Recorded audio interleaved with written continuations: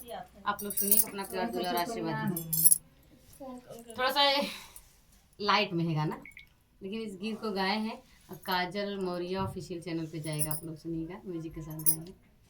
कि जीजा रंगवा डरना भारी भारी के पिचकारी में, भर के या कवारी में, जीजा रंगवा डरने भारी भारी के पिचकारी में, भर के या कवारी में, भर के या कवारी में हो, भर के पिचकारी में, धर के या कवारी में हो, भर के पिचकारी में, रहल दीदिया नहीं गइल रहे मोतिहारी में, धई के या कवारी में, रहल दीदिया नहीं गइल रहे मोतिहारी में, भर के या कवारी में।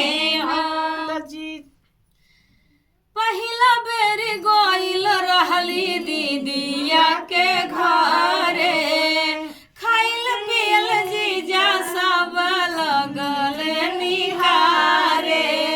पहिला बेर गइल रहली दीदिया के घरे, खाइल पियल जीजा सब लगल निकारे।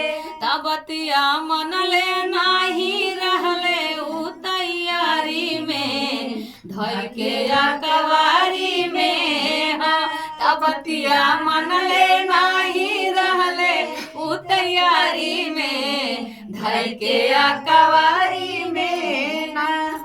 देखले न सुनले रहले ऐसन होली, सीधा साधा लागत रहले कैले खूब ठिठोली।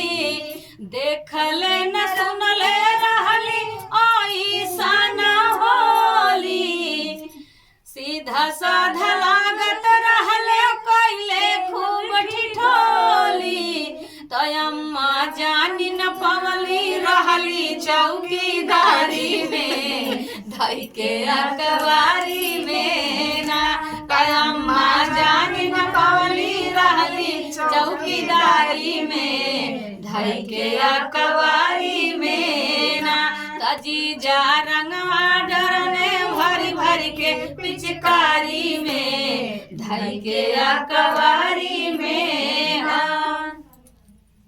इंद्रेश